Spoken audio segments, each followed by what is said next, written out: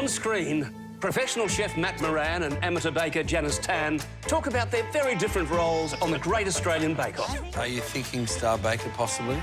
I think I would like Star Baker because I'm competitive. We take a look at a new Australian film, The Dressmaker, starring Kate Winslet and Liam Hemsworth. I reckon you came home for one of two things, revenge or me. And we chat with writer-director Matilda Brown about her new series for Presto, Let's Talk About. It might have something to do with a few of my ex-boyfriends.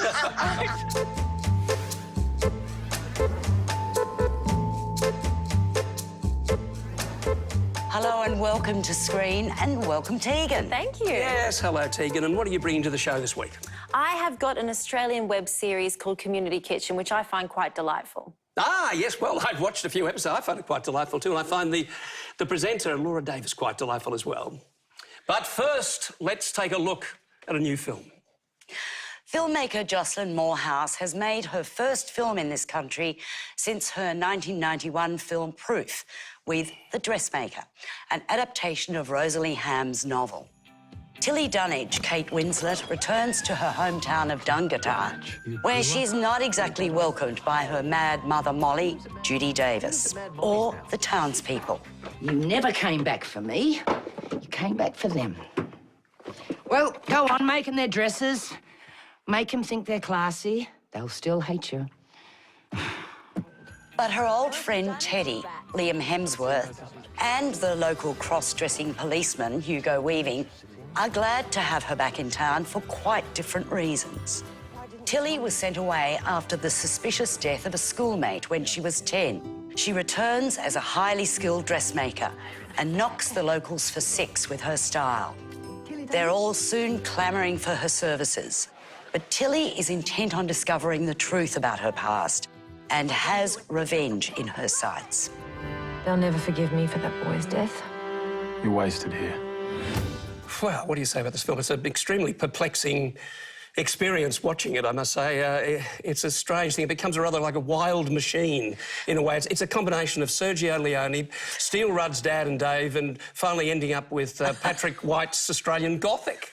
I mean, that's very amusing, though. That's what I thought when I saw it first. I thought it's rural Gothic, rural Australian Gothic.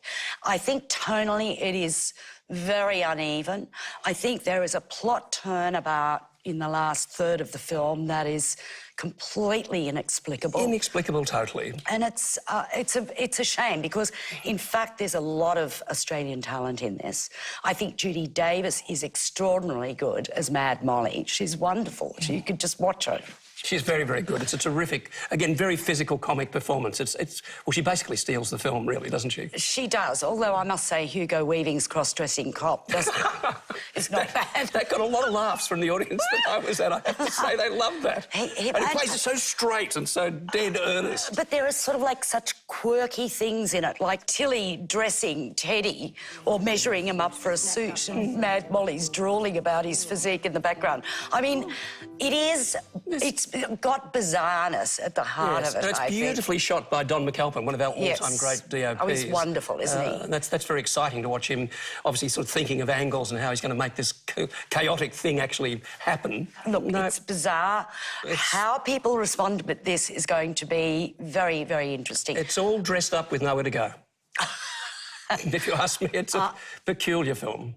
I think there is enjoyment to be had in this. Oh, yes. So the acting is very, very funny. The broadness of parts of it and the Sergio Leone moments at the beginning, which kind of disappear later on, are hysterical. Here she is like a gangster with a Singer sewing machine. She's going to take out the town with a sewing machine. It's very funny. And the music is full on, you know, Sergio Leone music. That's how Jocelyn describes it. She says it's Unforgiven with a sewing machine. That's very good, yes.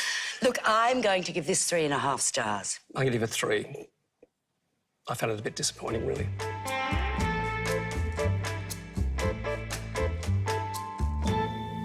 Picking up on that dressmaker film, I have found a series online that I think you really might enjoy. Oh, well, that's a relief. If it's anything to do with fashion, Dressing. It's so You've good. got me.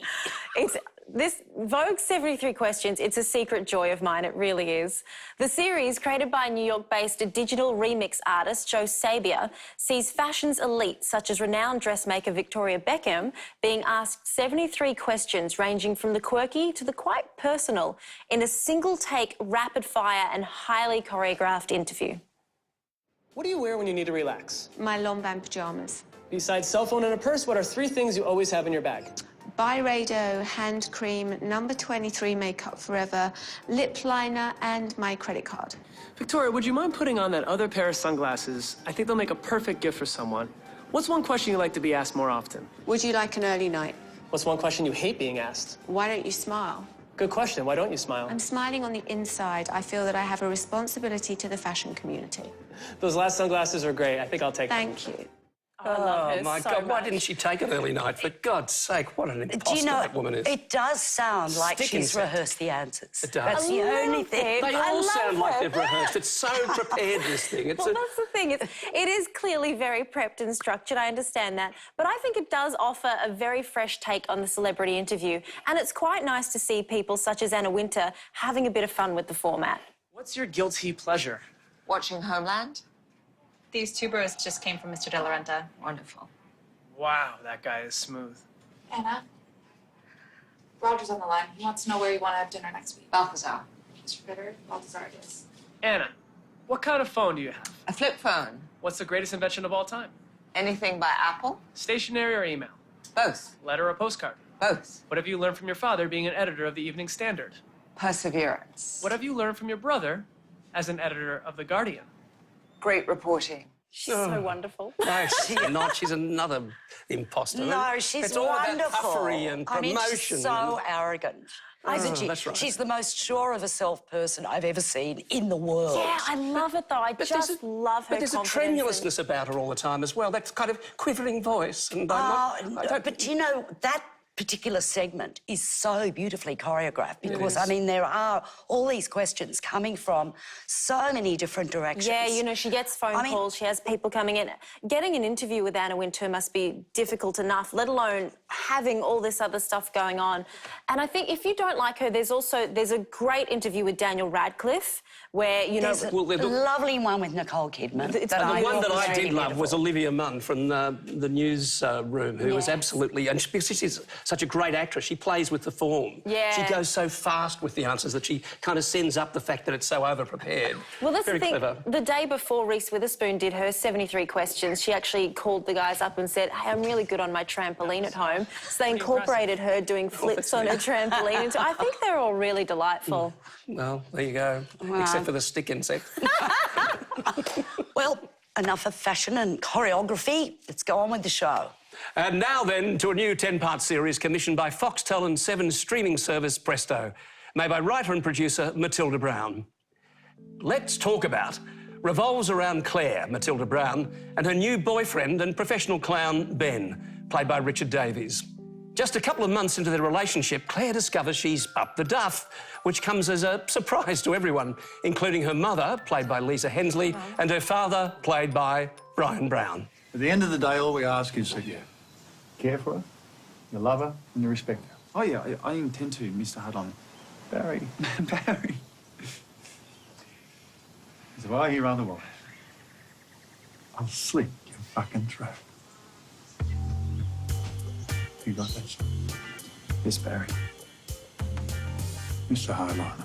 Yes, Mr. Hadlon. Matilda, it's great to have you on the show. Congratulations on this. I think it's a wonderful concept. How did you come up with it? My best friend, this situation happened to. So she was seeing a guy, and very early on in their relationship, she got pregnant. She wanted to keep the baby. She knew she did. But he had kind of thought that he wouldn't have kids for another couple of years. So it was sort of based on that situation. And then I just kind of went, what a great idea for a show. And turned that guy into a clown and made him still living with his parents. And that's the surreal element, the clown element. Why did you... He's not a lawyer or a builder, nothing practical. He's a clown. It might have something to do with a few of my ex-boyfriends. You clowns, you bozos. That's a horrible thing to say. I think it just made it more interesting. I just wanted him to be the one who is still working himself out, and Claire, who's the nurse, is more kind of, you know, ready for it. He really is almost insipid in that first episode as he goes to the window and he just can't cope with any of this. The funny thing is, I wrote it with Rick in mind, who plays the clown, who plays Ben. He just kind of embodies... he's going to take this the wrong way, but he's an exceptional person and very together. But he kind of plays that role so well that... and so I couldn't help but write it for him to sort of have fun with that and to, you know, be able to freak out in those moments when that happens. And then also, because he has a lot of depth to him as well, also be able to handle, you know, the situations that do arise later on in their relationship. Because I was going to say to you, how do you, as a director and star, basically, choose the person that you're going to act with so intimately over this? I do like writing for people. I mean, I guess when you're in the industry and you have a lot of friends in the industry and a lot of friends who are actors and you've acted... I mean, Rick and I acted together in Offspring years ago, and so he's remained a very close friend of mine. So even though I considered other people for the role, I sort of went through who were the guys who I knew who could do this. I just kept coming back to him. And then, you know, there's something fun about having friends who are actors. You can go... I want you to play this. I want to act with my friend. I want you to be part of this show as well. So you can kind of do that and mould it to them. And then, of course, there's, you know, Dad. I always write something for Dad. Dad is an You have actor. to write something for Dad Dad. is an actor, Mr. Brian Brown, and your mother is an actress as well, or was an actress. I don't think she likes to be referred to in that way anymore, does she, I really? think she's a director. She's a director. Yep, she's a very distinguished television director, certainly, these days. He loves working with me. We get along very well. We have the same sense of humour and the way that we see the world. And so when I write something, I don't show it to my mum because my mum is not great with critical feedback. I've told her this before. I've said, Mum, there's a process. You have to do the feedback sandwich, positive, negative, positive, which my dad is very good at. My mum will just be like, she'll just tear it to shreds. But Dad will be like, I really love this. This bit needs a little bit of work here. It doesn't quite make sense. You know, this bit's really, you know, he's so great to work with and he's so encouraging. Why this format? Everyone is watching stuff on their phones. So, you know, and, you know, you'll walk down the street and you'll see people watching something. I see people watching stuff at the red lights, you know, in their car. You know, things that get posted on Facebook and stuff, they're short. People just want such short things because they're, you know, for whatever reason, it's become like that. Limited attention span, I call it. Yes. Thank you so much, Matilda, for coming in and talking to us about this series, which is really lovely. Oh, I'm glad you liked it. Ben, I'm trying. I'm really trying. You need to show some initiative now. Not soon. Now. Or through. You need to work out how you're going to help contribute to this family. Do you know, I love this program. I was completely charmed by it, and I'm charmed even more after meeting Matilda. She's just beautiful. Yeah. And it's a lovely, lovely concept. It's got that touch of surrealism with him being a clown and, you know, one of those blokes that, you know, can't get his shit together. No, and probably never will either. And she always will and has always done so. But it's sort of like so beautifully grounded in some sort of reality as well. I just think it's wonderfully performed, beautifully written, and I could not stop watching every episode. Matilda has got you know, she's done her homework. She's got all the tools and she's put work into getting those tools. Yes. And it's paying dividends. She's enormously skillful as a performer. The way she holds the camera, the way she knows where the angles are that best suit her, and she does it all so naturally and so easily. And they shot it in such a short space of time. And, you know, she seems to be extremely competent. Look, I love this series, really loved it. I'm giving it 4.5 stars. Well, I'm giving it 4, and I think it's absolutely terrific as well. And I love the way it really is catering to a new type of audience that's emerging as well. Well, absolutely. You know, these new formats are perfect for this sort of thing.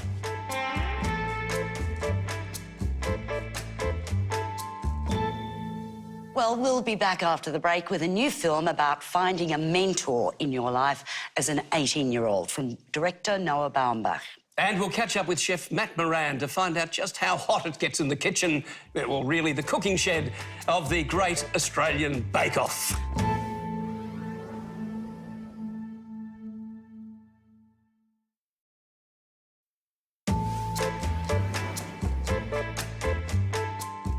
Welcome back. Before we chat to Matt Moran and Janice Tan about baking, both in the oven and under the lights of a television set, let's go to another film. The collaboration between director Noah Baumbach and partner and muse Greta Gerwig bore fruit in the films Greenberg and Frances Ha. Their latest is Mistress America. Tracy Lola Kirk is a socially awkward literary student in New York. In her loneliness, she contacts Brooke, Greta Gerwig. Brooke is a powerhouse on wheels who wants to open a restaurant.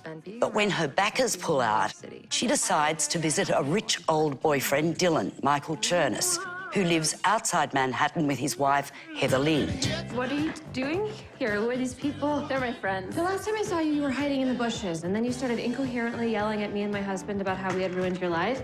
And the time before that, you were throwing up at my wedding. Are those my cats?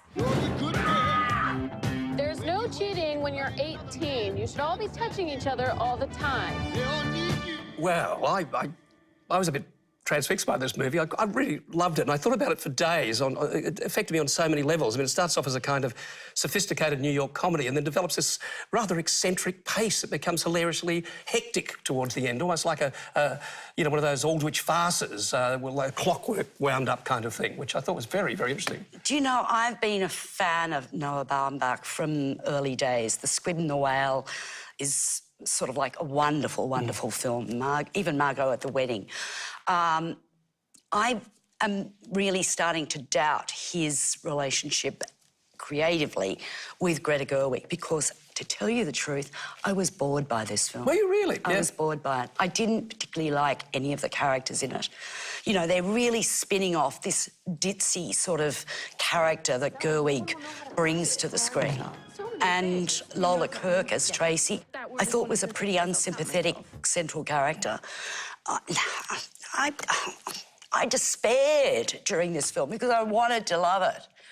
And I couldn't. I really couldn't. Well, I loved it enormously. As I say, I thought about it for days and talked about it with people for days. I thought it was a fascinating film about ageing, about growing old, about not making your mark. The problem when you're young of trying to find a place, to find where you're authentically somewhere. But I thought that was really well handled. And she cheats. Well, she does cheat, but possibly we all cheat. And she's cheating in an age of social media where everyone else around you seems to be hugely successful, blogging and Instagramming all the time, and you're still finding your way.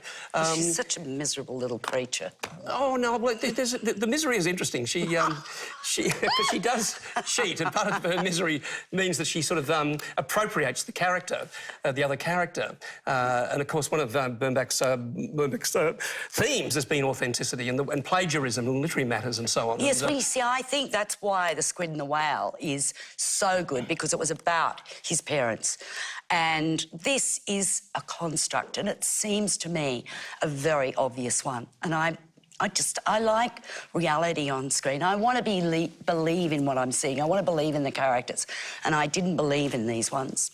So, do you know, I cannot believe I'm giving a Noah Baumbach film 2.5 stars, but that's pretty much it. Well, I'm not as familiar with you as you were with the earlier films, but I absolutely love this film. It's one of the most intelligent films I've seen for a long time, and one of the most sophisticated intellectually. Oh, my God! And I'm giving it 4 stars, Margaret. Oh, heavens!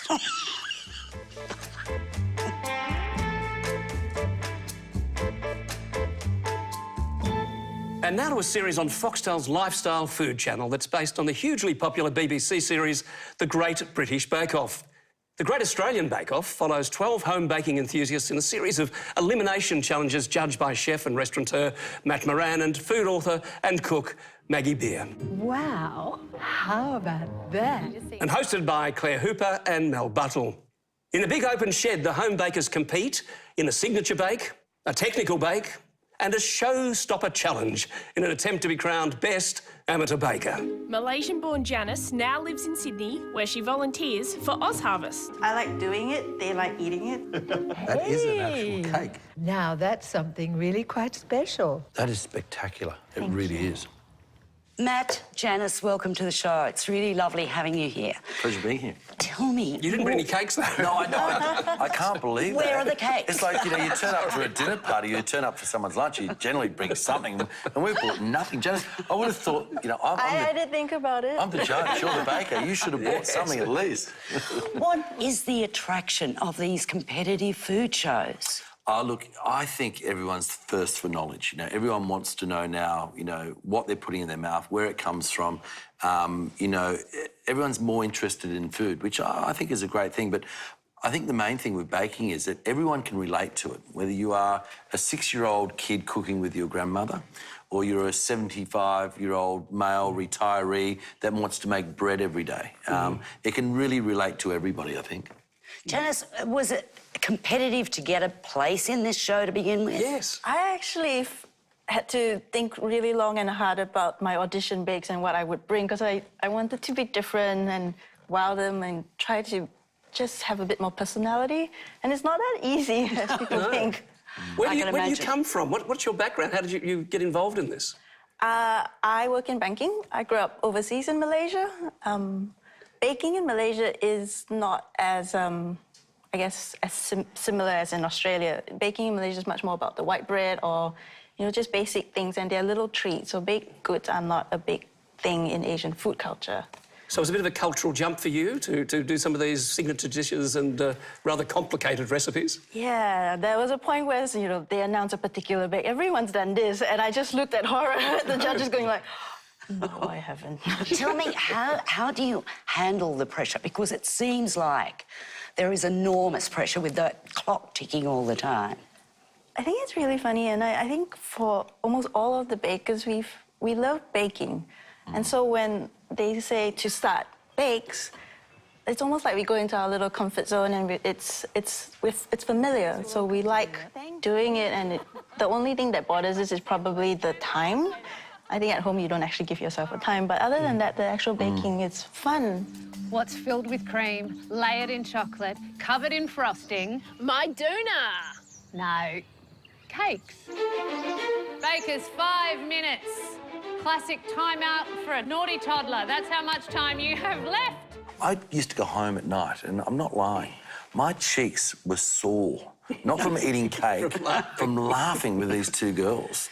They were hysterical. They're a very different take on hosting, and I think it works, actually. Yeah, look, and you know, I've only seen one episode, but I know for a fact that it gets funnier and funnier and funnier. Yes, well, it does get funnier and funnier, and this has been a lot of laughs as well. Thank you both for joining us on screen. Pleasure. Thank you. I can't remember which side of the cake's upside and downside now, when you think about it. It's really interesting that I'm not all that interested in baking cakes or biscuits and stuff like that. You? What about you? I've never baked. I cook all the time, but I've never baked. I'm a bit scared of baking, to be quite honest. Yeah, me all too. That measuring and weighing and all that. I tend to chuck in a bit of a Jamie Oliver cook. I think the advantage of this is something that we talked about with Matt and Janice, is that the mood on this is so warm and supportive. And even though they're competing, there's something about the interaction between the group. They're very helpful of one another. Yes, there's none of the humiliation factor, that Ricky Gervais thing that's there in nearly every reality TV show, where people are mocked and ridiculed and sent up and eventually banished, you know, because they're just not good enough. I think that's a total delight in this show. You've got to admire them. They're really wonderful cooks. One of the things I like about the show is the way you can sort of, and with shows like this generally, the formatted shows, that you can look at the originals at the same time. The English show is cycling around, I think, in its 6th season on Foxtel as well. Hugely popular in the UK and here. But you can look at the differences, the way that formats have to be tweaked to appeal to local, to Indigenous audiences, as it were. So we've got a shearing shed. We've got a shearing shed, which is quite different to what they have over there, which is a lovely country marquee. And we also do that. I love this in the show. It's a bit twee, but I quite rather like it. We cut away all the time from the cooking to shots of magpies and pelicans. I was on the set. There wasn't a pelican in sight. Kookaburras. There were no kookaburras out there in the middle of inner Western Sydney. I'm going to give this 4 stars. I think it's a beautifully, perfectly made piece of television, commercial television. I think it's very nicely made. I love the 2 hosts, Claire Hooper and Mel Buttle. I think they're a very different type of host. And I'm looking forward to seeing how they develop over time, because Matt says they get funnier and funnier. Good on you, girls. I'm going to give this 3.5 stars. Food, Margaret. I think you'd be a good baker.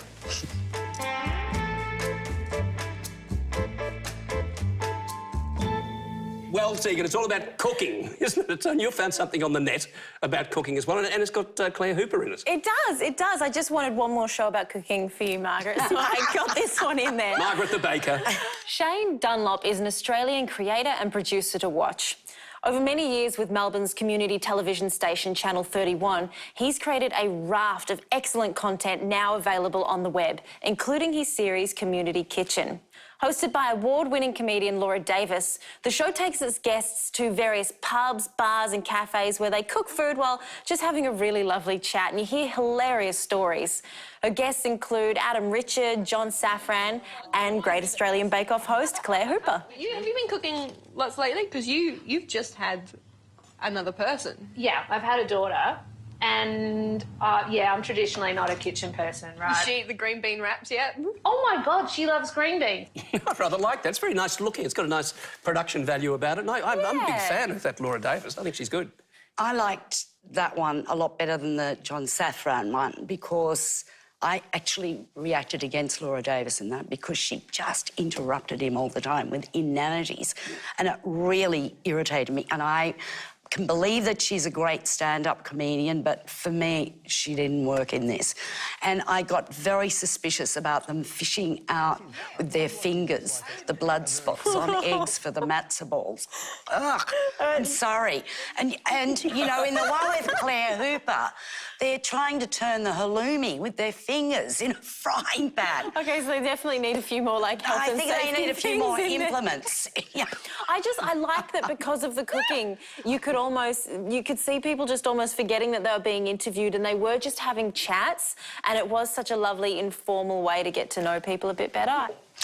Tegan, thank you for that. I'm sorry I didn't warm to it. Thank you very much. Fine. Thank you, Tegan.